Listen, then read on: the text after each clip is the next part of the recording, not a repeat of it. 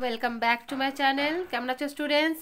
আশা করছি তোমরা সকলেই ভালো আছো এবং মন দিয়ে পড়াশোনা করছো।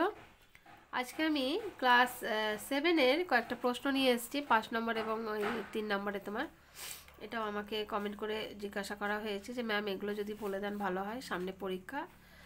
তাদের রিকোয়েস্টটাই মাথায় রেখে আজকের এই প্রশ্নগুলো আমি আলোচনা করছি। যদিও এগুলো আগে হয়ে গিয়েছিলো, আবার থেকে আমি যেহেতু বলেছে বলে আমি করছি। চলো তাহলে শুরু করা যাক। এটা দেখো, এটা শর্ট একবার করিয়েছিলাম যে সুফিবাদে বাসরা ও বেসরা বলতে কি বোঝায়। চিস্তি ও সোহরাওয়ার্দী গোষ্ঠীর সংক্ষিপ্ত পরিচয় দাও। এটা তোমাদের 2 নম্বরেরও একবার আলোচনা হয়েছিল, তো এটা একটু বড় আমাকে বলা হয়েছে, তো বড়টাই দেখিয়ে দিই। কি বলছে, ভারতে ইসলামের আগমনের সঙ্গে সুফিবাদ প্রবেশ করেছিল। সুফিরা নানান সম্প্রদায়ের বা সিলসিলায় বিভক্ত ছিল। সুফিরা প্রধানত দুটি ভাগে বিভক্ত ছিল। কি কি? বাসারা ও বেসরা। বাসারা বলতে কি বোঝায়? যে সুফিরা ইসলামের কোরআন ও হাদিস মেনে চলতো তারা হচ্ছে বাসারা নামে পরিচিত। আর বেসরা কারা? যে সুফি সাধকরা ইসলামের আইন কানুন মানে মেনে চলতো না, তাদেরকে বলা হতো বেসরা। ঠিক আছে, সরি। আচ্ছা, এবারে ভারতের সুফি সম্প্রদায়। ভারতে আসার আগে সুফিদের 175টি সিলসিলা বা সম্প্রদায়ের কথা জানা গেছে।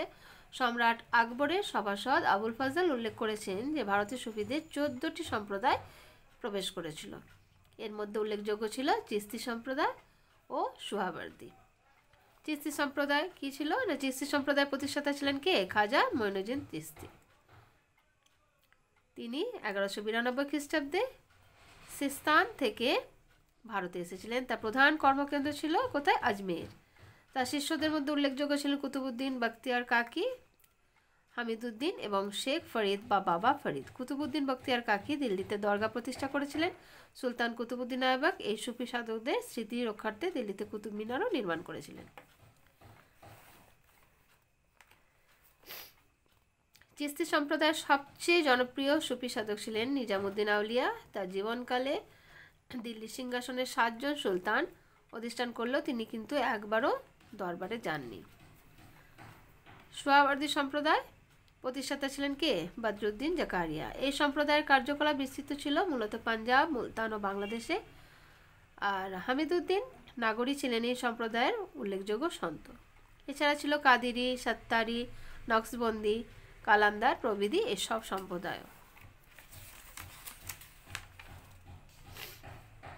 আচ্ছা, এরপরে দেখো আমি বলছি তোমাদেরকে, এটা একটা শর্ট প্রশ্নের জন্য আমাকে বলা হয়েছে। এটা আগেও বলেছি, আমি একটু আগে বললাম যে সিলসিলা কাকে বলে। চিস্তি সুফিদের জীবনযাপন কেমন ছিল।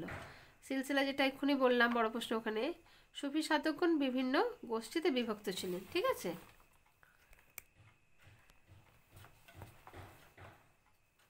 সুফি সাধকদের এই গোষ্ঠীকে বলা হতো সিলসিলা। ভারতে 2টি সিলসিলা বা গোষ্ঠীর সুফিরা ছিল প্রভাবশালী। এক হচ্ছে চিস্তি ও দুটো হচ্ছে মানে 2 নম্বরে সোহরাওয়ার্দী। এদের জীবনযাপন বলতে দেখো, চিস্তি সিলসিলার সুফিদের জীবনযাপন ছিল খোলামেলা ও সাদামাটা। তাদের কাছে সব মানুষ সমান ছিল। তারা অর্থ, ক্ষমতা বা ধর্ম নিয়ে মানুষের বিচার করতো না। তারা রাজনীতি ও রাজদরবার থেকে নিজেদের সরিয়ে রাখতেন এবং পবিত্র জীবনযাপনে বিশ্বাস করতেন। ঠিক আছে, আচ্ছা, এরপরেরটা দেখো, এটাও বলা হয়েছে নাম কীর্তন ও নগর কীর্তন বলতে কি বোঝায়। শ্রী চৈতন্যের আগেও বাংলায় কীর্তন গান ছিল। শ্রী চৈতন্য এই কীর্তন গানকে ভক্তিবাদী আন্দোলন প্রচারের তোমার জনসংযমের মাধ্যম হিসেবে ব্যবহার করেছিলেন। শ্রী চৈতন্য 2 রকম কীর্তন সংগঠিত করেছিলেন, একটা নাম কীর্তন, দ্বিতীয়টি নগর কীর্তন। নাম কীর্তন কি? যে কীর্তন ঘরে বসে গাওয়া হয় তাকে নাম কীর্তন বলা হয়, আর যেটা তোমার যে কীর্তন নগরে শোভাযাত্রা করে ঘুরে ঘুরে গাওয়া হতো তাকে বলা হতো নগর কীর্তন। আচ্ছা, এখানে দেখো, গণতন্ত্র বলতে কি বোঝায়। গণ শব্দের অর্থ হচ্ছে জনগণ, তন্ত্র মানে ব্যবস্থা। যে দেশে জনগণ নিজেরাই নিজেদের তন্ত্র বা ব্যবস্থা পরিচালনা করেন তাকে বলা হয় গণতন্ত্র। আমাদের দেশ ভারতবর্ষ একটি গণতান্ত্রিক দেশ। গণতন্ত্রে জনগণ নিজেরা নিজেদের মধ্যে থেকে শাসক নির্বাচন করেন। আর শাসক যদি জনগণকে সন্তুষ্ট করতে না পারে তাহলে জনগণ তাকে আর শাসক হিসেবে পুনর্নির্বাচিত করে না।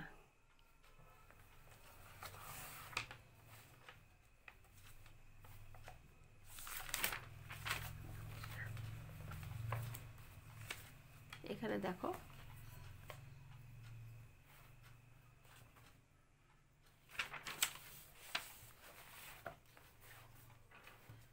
এখানে যেটা আছে, নূরজাহান চক্র কি? জাহাঙ্গীরের পত্নী নূরজাহান ছিল উচ্চাকাঙ্ক্ষী এবং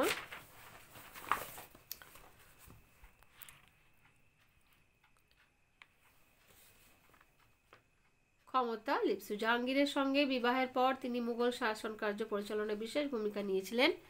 নূরজাহান তার পিতা ইতিমাদুল্লাহ, ভ্রাতা আশফ খান এবং যুবরাজ খুররাম সহ অন্যান্য অনুগত ব্যক্তিদের নিয়ে মুঘল রাজদরবারে একটি গোষ্ঠী তৈরি করেন, যেটা নূরজাহান চক্র নামে পরিচিত। এই গোষ্ঠী প্রায় 1620 খ্রিস্টাব্দ পর্যন্ত সক্রিয় ছিল এবং নূরজাহান ও তার অনুগতরাই ছিলেন সিংহাসনের পেছনে প্রকৃত ক্ষমতা। কারণ তোমার জাহাঙ্গীর ছিল পুরো কি মানে দুর্বল প্রকৃতির, আর পুরো জিনিসটাকেই কিন্তু কে করতো? তোমার নূরজাহান দেখতো। সেই জন্য এই যে গোষ্ঠীটা তৈরি করেছিল সেটাকে বলা হচ্ছে কি নূরজাহান চক্র।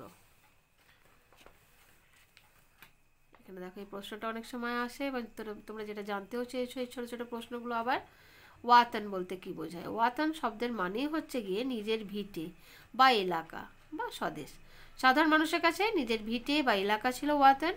রাজাদের কাছে তাদের রাজ্য ছিল তাদের ওয়াতান। যেমন একসময় বর্তমান রাজস্থানের জয়পুর শহরের কাছে অম্বর বা আমের ছিল রাজা তোমার ভারমাল বা মানসিংয়ের ওয়াতান। ঠিক আছে, এটা অনেক সময় আসে। টিকা, অরঙ্গজেবের দাক্ষিণাত্য ক্ষত বলতে কি বোঝায়? বইতেও আছে, টেক্সট বইয়ে। মুঘল সম্রাট অরঙ্গজেবের সময় দক্ষিণ ভারতে মারাঠাদের